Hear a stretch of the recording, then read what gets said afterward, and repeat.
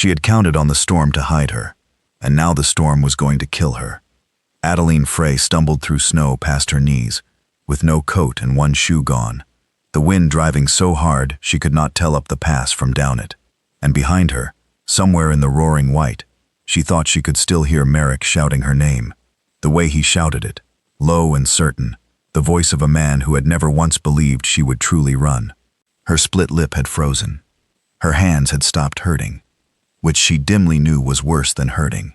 She saw the yellow smear of a lamp through the blizzard, and did not know if it was real, or the thing dying people were said to see, and she went toward it, because there was nothing left to go toward. Caleb Rourke heard the scratching at his door over the wind, and thought it was a branch, then thought it was a lynx, driven down by the cold, and he took up the bar and the rifle both before he lifted the latch. What fell across his threshold was a woman, half frozen, blue about the mouth, in a torn house dress soaked to the skin, and when he crouched over her, his first clear thought was that she was already gone. Then her eyes found his face. They were not the eyes of a dying woman. They were the eyes of a hunted one, and they went past him to the door, to the dark beyond it, and her cracked lips shaped a word he had to bend close to hear. "Bar it," she whispered. "Please, bar the door." He did not ask who was behind her. A man who has lived alone in the high country long enough learns the difference between a person running from weather and a person running from another person, and he had seen that particular fear before, on his own mother's face, a lifetime ago. He shouldered the door shut against the shrieking wind and dropped the heavy oak bar into its brackets, and then, because her eyes were still fixed on it, he dragged the flower chest across the floor and set it against the wood too. "Barred," he said. "Nothing's coming through that. Now let me get you to the fire before the cold does what nothing else is going to." Adeline let him lift her, because she could not have stopped him, and because some animal part of her had already decided this man's hands were not the hands she'd run from. He was huge and rough-bearded, and smelled of pine pitch and wood smoke, and he handled her the way a man handles something he's afraid to break, peeling the frozen dress away enough to wrap her in a blanket coarse as bark and thick as a mattress, chafing her dead hands between his own great calloused palms, cursing softly and steadily at the frostbite whitening her fingertips. He did not look at her the way men looked. He looked at her hands, at the black and yellow bruise spread along her jaw, at the older marks his eyes found and did not comment on, and something in his weathered face went very still and very hard, and it was not aimed at her. "Who did this?" he said. It was not quite a question. "My husband." The word came out of her flat, a thing she'd stopped feeling. "Merrick Frey. I married him in the spring. By summer I understood what I'd married." She stared into the fire. "I stopped being sorry I ran 3 miles back. I'm only sorry I didn't run in the fall, before the passes closed. Now he'll come. He always comes. He told me there's nowhere on this mountain I could go that he wouldn't find me." Caleb fed a split log into the stove and watched the sparks go up. "This mountain's mine," he said. "I've trapped it 11 winters. I know every draw and blind gully in 40 miles, and a man who doesn't will die out there tonight looking for a cabin he can't find in a whiteout." He looked at her, plain and level. "You rest. You're not thought enough to be afraid yet. When you are, you'll find there's nothing left to be afraid of in here." She meant to keep watch. She did not trust rest. Rest was where the fists found you. But the blanket was warm, and the fire was warm, and the man had settled himself between her and the barred door, with the rifle across his knees, not touching her, not talking, just sitting, the way a wall sits. And against every hard lesson she had learned that year, Adeline Frey slept. She woke in gray light to the smell of frying meat and the sound of the storm gone quieter, and for one lurching moment did not know where she was. Then she saw him at the stove with his back to her, a mountain of a man, turning venison in a black skillet as carefully as if it were an egg, and the whole of the night before came back. Her hands hurt now, a deep, throbbing, blessed hurt, the hurt of blood coming home to fingers she'd been sure she'd lose. She flexed them under the blanket and found they still worked. "They'll keep," Caleb said without turning. Caught them in time. You'll have a week of them stinging, and then they're yours again. He set a tin plate beside her, meat and a heel of bread and coffee black as tar. Eat slow. Been a while, by the look of you. She ate slow. He had judged that right too. She watched him move about the small, tight cabin, everything in it made by hand and made to last. The pegboard of tools, the bunches of dried herbs, the good rifle and the better axe. And she understood that this was a man who needed no one, who had arranged a whole life around needing no one, and who had nonetheless dragged a flower chest against a door in the night for a stranger's peace of mind. It was the smallest thing.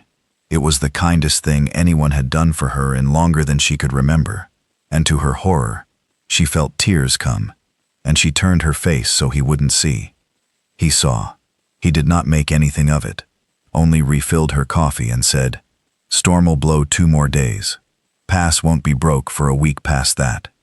You're not going anywhere, and neither's anyone else. That's not a threat, and it's not a promise. It's just the mountain. Out here the mountain decides, and just now the mountain's decided you're safe." He sat down across the little table from her. "You can stop bracing, is what I'm telling you. Nobody's coming through that door." Somebody came through the storm 3 days later. Adeline heard the horse first. The scream of a beast pushed past its limit in cold that could stop its heart. And she was on her feet with her back to the far wall before she knew she'd moved, the old animal terror flooding her whole body. Then the fist on the door, and Merrick's voice, hoarse and half-mad from the cold but unmistakable, the voice from her nightmares. "Adeline, I know you're in there. I followed your tracks, you stupid girl. Open this door." Caleb Rourke rose from his chair the way a mountain rises out of fog, slow, and once you saw the whole of it, very large. He did not reach for the rifle. He set Adeline behind him with one broad hand, gentle, a gesture that said stay, and said safe, in the same motion. And then he unbarred his own door and stepped out into the snow to meet the man who had come for her, and he pulled the door shut at his back so she would not have to see. She could not hear the words over the wind. She heard the low rumble of Caleb's voice, even and unhurried, and Merrick's rising over it, shrill with cold and fury, and, underneath, for the first time in her hearing, fear. She heard her husband's voice climb and crack. She heard one short, hard sound she could not name. Not a shot. The rifle still hung by the door. And then a long silence. And then the crunch of a single set of boots coming back. And Caleb came in alone, snow to his knees, and dropped the bar behind him. "He's not hurt bad," Caleb said, reading her face. "Bloodied his nose is all, and only because he swung first. I put him back on his horse and pointed it downhill and told him the truth, that the storm closes again by dark, that his beast won't last another night up here, and that if he ever sets foot in this draw again, storm or no storm, the mountain won't be the thing he answers to. He'll ride down. Men like that, they run their courage out fast when a thing bigger than them says no." He hung his coat on its peg. He signed a paper. "Besides, I keep a lawyer's blank for trade contracts." He put his name to your freedom to be quit of him, witnessed by the storm and by me, in exchange for me not walking him to the marshal at Elkhorn over the marks on you. He was glad enough to sign, once he understood the choice. Caleb's mouth twitched, grim. "He'll tell it downhill that he left you to a madman on the mountain." "Let him. You're free of him, Adeline Frey, on paper and off it." She looked at the barred door, and then at the big, quiet man, and something that had been clenched in her chest for a year, some fist of her own, she had not known she was holding, finally opened. She did not fly at him weeping. She had no practice at that. She simply crossed the small cabin and stood in front of him and said, "You didn't have to. You don't know me." "Knew enough," Caleb said. "Knew the look on you. My mother wore it, when I was a boy, and there was no cabin on any mountain for her to run to." He looked down at his own hands. "I built this place to be the cabin nobody built for her. Took me 11 years to figure out that's what I'd done. Reckon it took you scratching at my door to tell me." He cleared his throat, gruff, uncomfortable with the length of his own speech. "You've a home here, as long as the mountain, and I have anything to say about it. No terms, no price. You draw the line wherever you want it drawn, and I'll not cross it. That's the only kind of promise I make, and the only kind worth keeping. The pass stayed shut for 2 more weeks, and Adeline Frey healed in the shut-in warmth of a stranger's cabin. Her hands first, then her jaw, then the deeper things that took the longest. She learned the mountain from him a little at a time. He taught her to read the sky for weather, and to set a snare, and to bank a fire so it held through the coldest night. And he never once raised his voice, and never once raised his hand, except to steady her across the ice. And slowly, she came to understand that a man's hands could be a shelter and not a weapon, that she had simply never been shown the difference.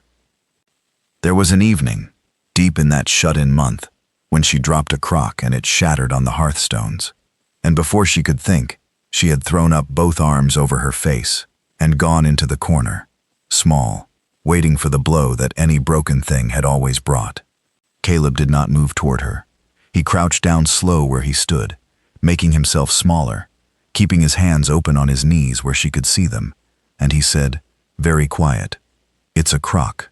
Crocks break. I've broke a dozen. There's no cost to it here, Adeline. There's no cost to it here." He said it 3 times, gentle, until she came out of the corner on her own, and then he swept up the shards without another word, and set a new crock in its place. And something in her learned that night what it had never once been taught, that a house could hold a mistake without turning to teeth. When the spring thaw finally broke the pass, Caleb saddled the horse and told her plain that he would take her wherever she wished to go, down to Elkhorn or clear to the railhead, and see her set up honest and independent, with money enough to start, and that she owed him nothing and never had. He stood in the mud of the melt holding the bridle, braced for her to go, the way a man braces who has spent his life learning to expect it. Adeline looked down the newly opened pass, at the whole wide world she was finally free to walk into, and then she looked back at the small, tight cabin, with the smoke curling up out of its chimney, and at the man holding the horse she did not want to ride. "I've been someplace I was told I could never leave," she said quietly. "This is the first place I've ever been that I could leave, and don't want to. If you'll have me stay, Caleb Rourke, I'll stay, not because there's nowhere else, because there's nowhere else I'd rather be." He let the bridle drop. He was a long time finding words, this man who had gone 11 winters without needing any, and in the end, he did not find the right ones, and reached out instead, and took her healed hand in his great scarred one, careful as the first night, and held it, and that said everything the words could not. They were wed that summer by the circuit preacher at Elkhorn, and they came back up the pass together to the cabin that Caleb had built, all those years ago, to be the shelter no one had built for his mother, and had turned out, in the end, to be the shelter he built for her. The door still had its heavy oak bar. They rarely dropped it now, but Adeline knew it was there, and knew the hands that would drop it if ever they were needed. And on the hardest winter nights, warm and safe and free, she would look at that barred door and understand that she had run into a blizzard expecting to die, and had instead run all the way home.